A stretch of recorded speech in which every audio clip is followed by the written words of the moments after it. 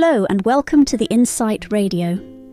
Today we're diving into one of the most fascinating psychological theories that you may never have heard of, or maybe you've come across it but didn't quite grasp its significance.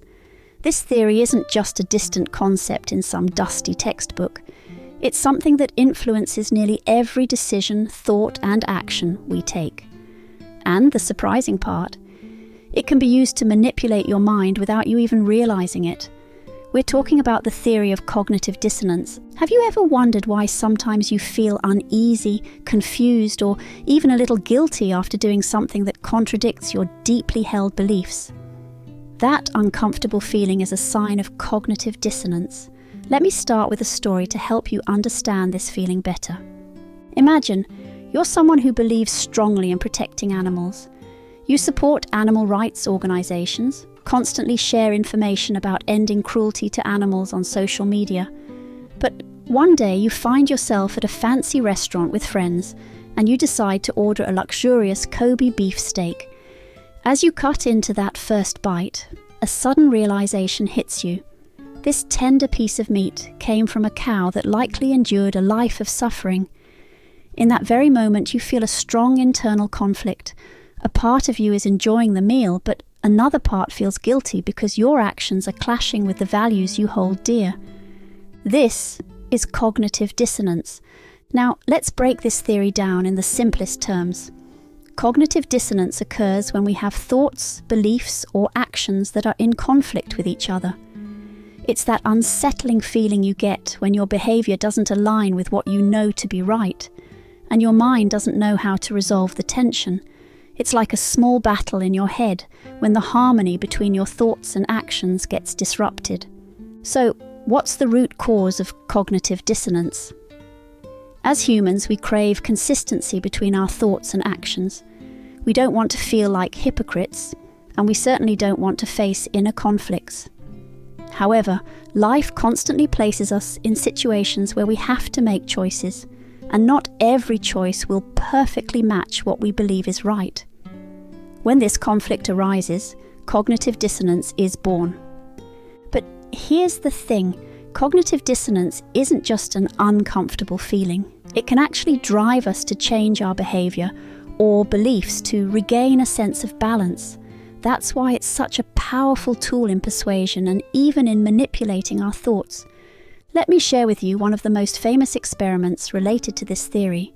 It's the classic study by Leon Festinger, the American psychologist who introduced the theory of cognitive dissonance in the 1950s.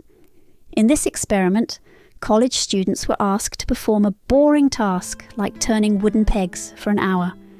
After completing the task, some students were paid $1 to tell another participant that the task was enjoyable, while others were paid $20 for the same lie.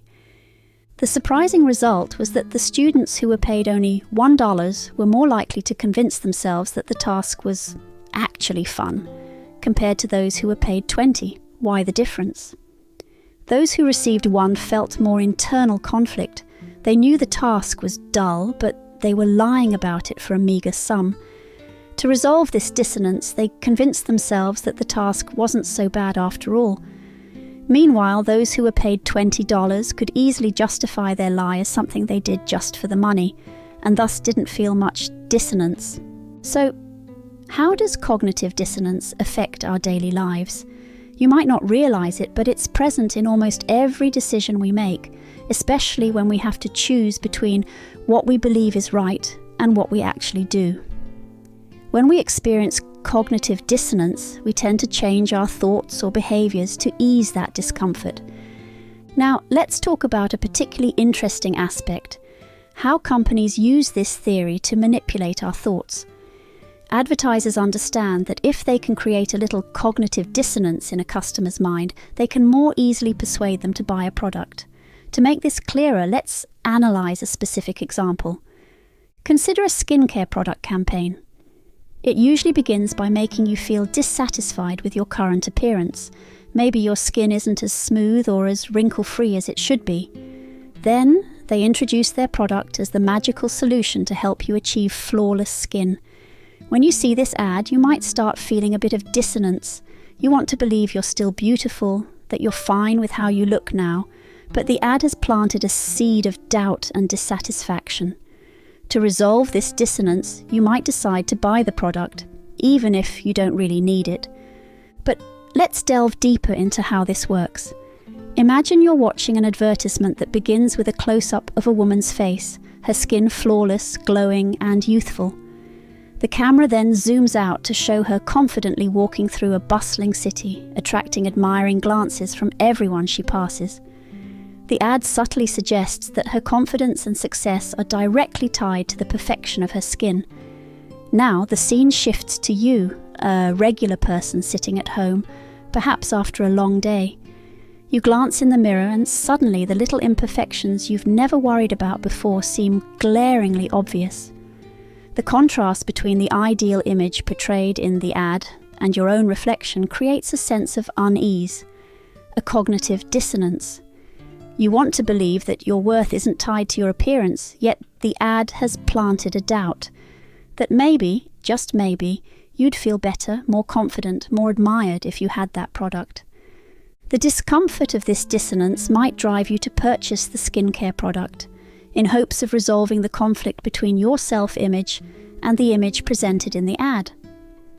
The company has effectively used cognitive dissonance to manipulate your behavior, to make you feel that buying the product is not just a choice, but almost a necessity to restore your sense of self-worth.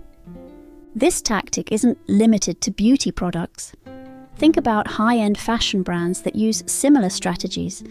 They present an image of sophistication, elegance, and exclusivity, making you feel that if you don't own their products, you're missing out on being part of an elite group.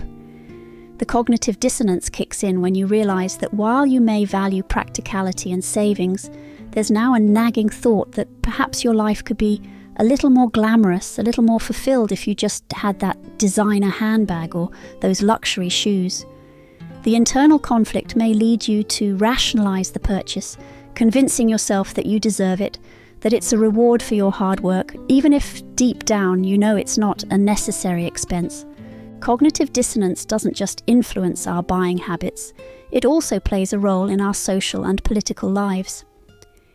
Have you ever supported a cause or a political figure and later discovered information that contradicts your beliefs? That uncomfortable feeling you experience is cognitive dissonance at work. You might find yourself rationalizing the new information to fit your existing beliefs, or in some cases, changing your stance altogether to align with the new facts. This is why cognitive dissonance is a powerful force in shaping not just individual decisions, but collective societal shifts as well. So, how can we recognize and deal with cognitive dissonance in our lives? First, be aware of the small conflicts in your thoughts and actions. When you feel uneasy after making a decision, ask yourself, am I doing something that goes against my values? And if so, you can either adjust your behavior or even change your thinking to find that sense of balance again.